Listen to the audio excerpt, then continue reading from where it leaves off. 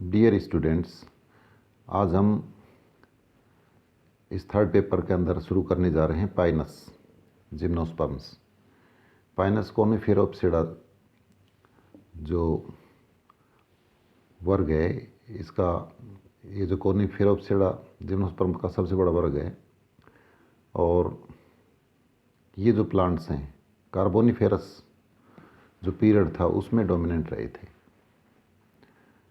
और इस वर्ग में लंबे हाइट जिनकी ज़्यादा होती है, इस प्रकार के वृक्ष शामिल किए गए हैं, जिसमें सिकोया सिम्परवायरेंस जो कि विशालतम और सबसे बड़ा वृक्ष है उसको सम्मिलित किया गया है। जो खास कैरेक्टर्स हैं वो इसके अंदर, जैसे लीव्स जो होती हैं वो माइक्रोफिलस होती हैं, और वुड सघन दारुक होती है, पिक्नोजाइलिक। इनके जो सीड्स हैं वो बाइकोलेटरल होते हैं, बाइलेटरली सिमेट्री होती है इनकी, द्विपार्श्व सममित होते हैं। ये जो जिसका मेंबर है कोनिफेरल्स ऑर्डर्स के अंदर ही आता है। और कोनिफेरल्स, गिंगोएल्स और टैक्सेल्स तीन गणों के अंदर सजीव और जीवाश्म दोनों प्रकार के प्लांट्स मिलते हैं। तो ये कोनिफेरल्स का मेंबर है पाइनस। इस ऑर्डर के अंदर 3/4 जिम्नोस्पर्म्स आते हैं, जिसमें 52 जीनस और 550 स्पीसीज़ को इंक्लूड किया गया है। ये सभी कार्बोनिफेरस पीरियड के अंदर उत्पन्न हुए हैं, और इस ऑर्डर की जो खास विशेषताएं हैं वो इसमें दी गई हैं। जैसे इस गण के जो प्लांट्स होते हैं वो ब्रांच्ड होंगे, वुडी, लंबे और एवरग्रीन सदाबहार होते हैं। इनके रिप्रोडक्टिव ऑर्गन्स यूनिसेक्सुअल होते हैं, एक लिंगी होते हैं, और इनमें नर तथा मादा जो जनांग हैं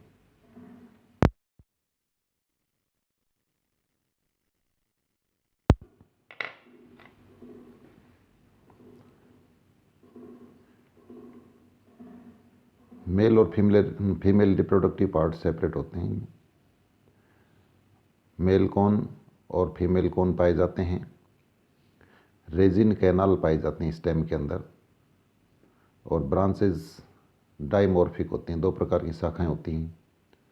जो लीव्स होती हैं वो रेखीय लीनियर होती हैं, लैंसियोलेट भालाकार होती हैं। और संयुग्मन जो है वो साइफोनिगेमस होता है, यानी माइक्रोस्पोर्स के अंकुरण से पोलन ट्यूब निकलती है। उस पोलन ट्यूब के अंदर मेल गैमेट्स होते हैं। पाइनस की सिस्टमेटिक पोजीशन देखिए। इसकी जो क्लास है वो जिम्नोस्पर्मी है। सब क्लास इसको कोनिफेरोफाइटा के अंदर रखा गया है, और इन सब के कैरेक्टर्स भी अलग अलग दिए गए हैं, लेकिन उन सबको इतना डिटेल याद करने की ज़रूरत नहीं है। ऑर्डर कोनिफेरल्स है, family Pinaceae, genus Pinus. Distribution देखिए। कोनिफेरल्स ऑर्डर के अंदर पाइनस एक मेन जीनस है, और इसकी लगभग 100 जातियाँ उत्तरी गोलार्ध में, विशेष रूप से टेम्परेट और सब एल्पाइन क्षेत्र के अंदर एवरग्रीन फॉरेस्ट के रूप में पाई जाती हैं।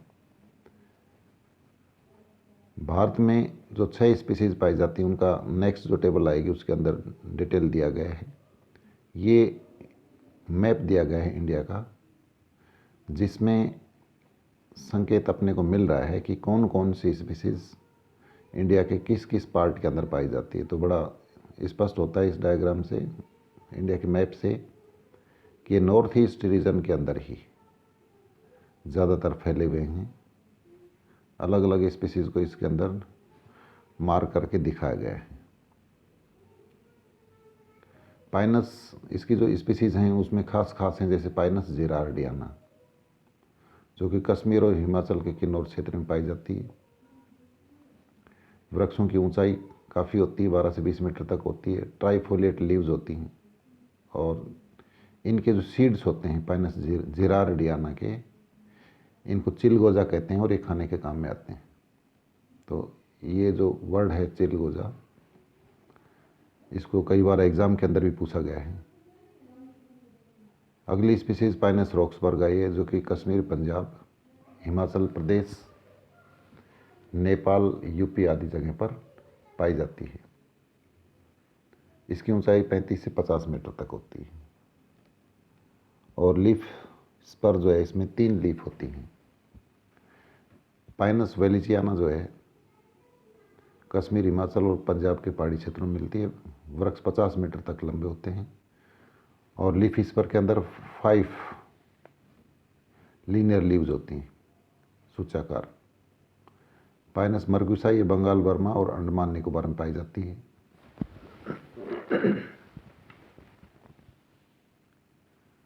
इसके जो प्लांट्स होते हैं छोटे होते हैं, 3-4 मीटर लंबे, और लीफ स्पर में 2 लीनियर लीव्स होती हैं।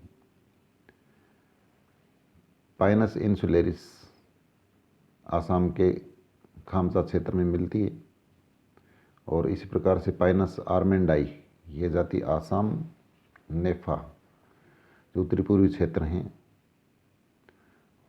वहाँ पर व्यापक रूप से पाई जाती है, जिनकी ऊंचाई 15 से 20 मीटर तक होती है तथा इस स्पर्म के अंदर, लीफ स्पर्म में 5 लीव्स पाई जाती हैं, लीनियर लीव्स।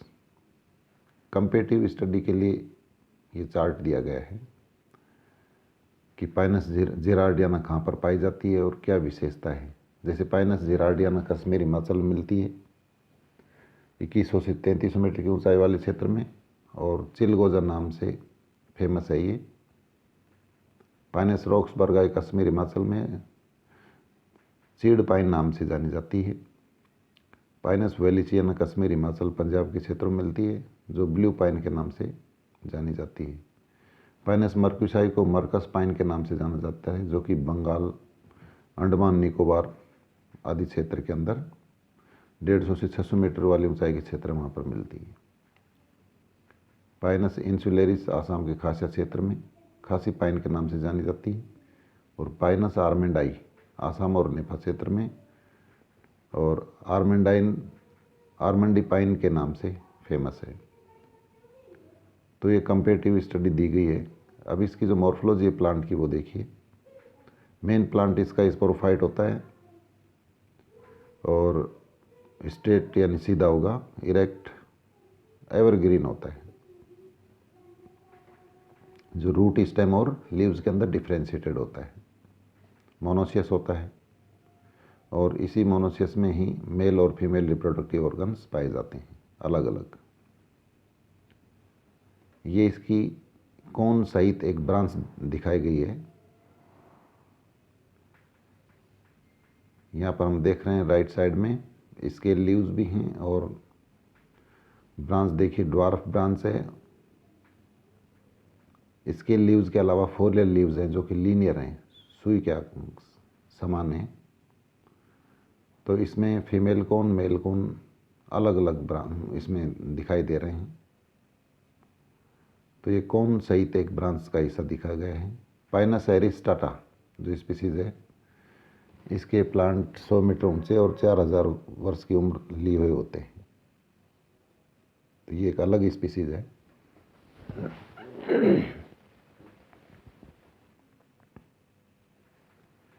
अब इसकी रूट के बारे में देखिए। पाइनस की जो रूट है वेल डेवलप्ड, रूट कैप युक्त टैप रूट होती है जो कि एब्जॉर्प्शन का कार्य करती है और प्रारंभिक अवस्था के अंदर इसमें रूट हेयर्स पाए जाते हैं लेकिन बाद में ख़त्म हो जाते हैं और रूट सिस्टम बाइफर्केशन शो करता है, यानी शाखाएं बनती हैं। रूट की आउटर सरफेस पर फंगल लाइफी पाए जाते हैं, यानी कवक तंतु मिलते हैं। और इस प्रकार का जो एसोसिएशन है हायर प्लांट्स की रूट्स के साथ में अगर फंगस पाया जाता है तो इसे कवक मूल कहते हैं, माइकोराइजा।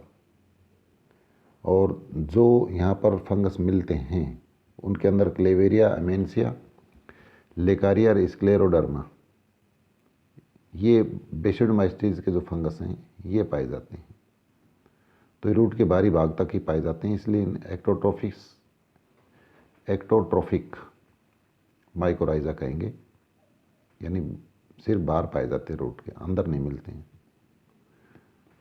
तो पाइनस के अंदर इनका एक प्रकार से सहजीवन है। फंगस भी कुछ न्यूट्रिएंट्स और पानी को अवशोषित करके इस रूट्स को उपलब्ध कराता है, और फंगस को रहने के लिए यहाँ पर जगह मिली हुई है, तो दोनों को इसमें बेनिफिट है। फंगस का जो इन्फेक्शन है वो ह्यूमिडिटी, सॉइल की एसिडिटी और लाइट पर डिपेंड करता है।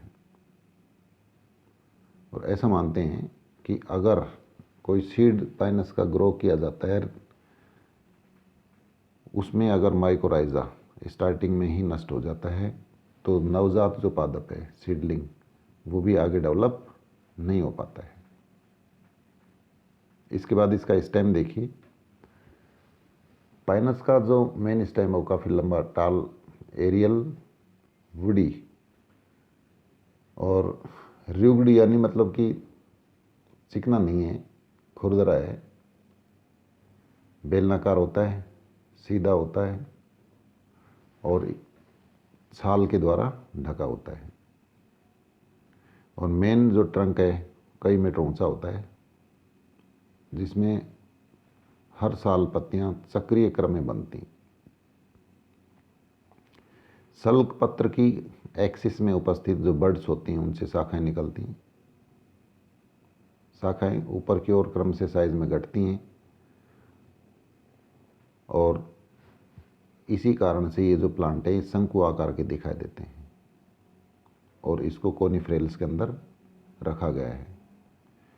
स्टेम, जो पुराना स्टेम हो जाता है तो उसके ऊपर लीफ गिरने पर निशान बन जाते हैं, और इसके आधार पर प्लांट की एज को भी कैलकुलेट किया जा सकता है। इसमें जो शाखाएं हैं वो दो प्रकार की हैं। लॉन्ग शूट, या जिसे ब्रांच ऑफ अनलिमिटेड ग्रोथ कहते हैं।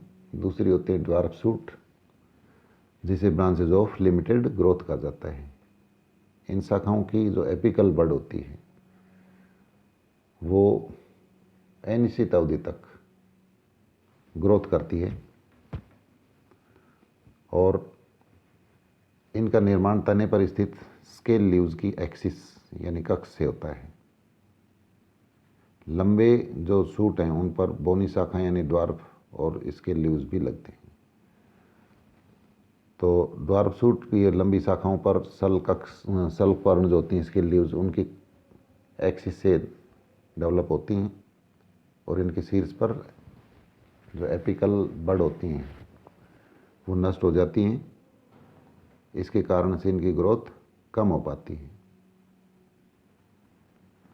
इसके अलावा इन शाखाओं के नीचे की ओर छोटे स्केल लीव्स और ऊपर की ओर निडल लीव्स यानी सूचाकार पत्तियां पाई जाती हैं, लीनियर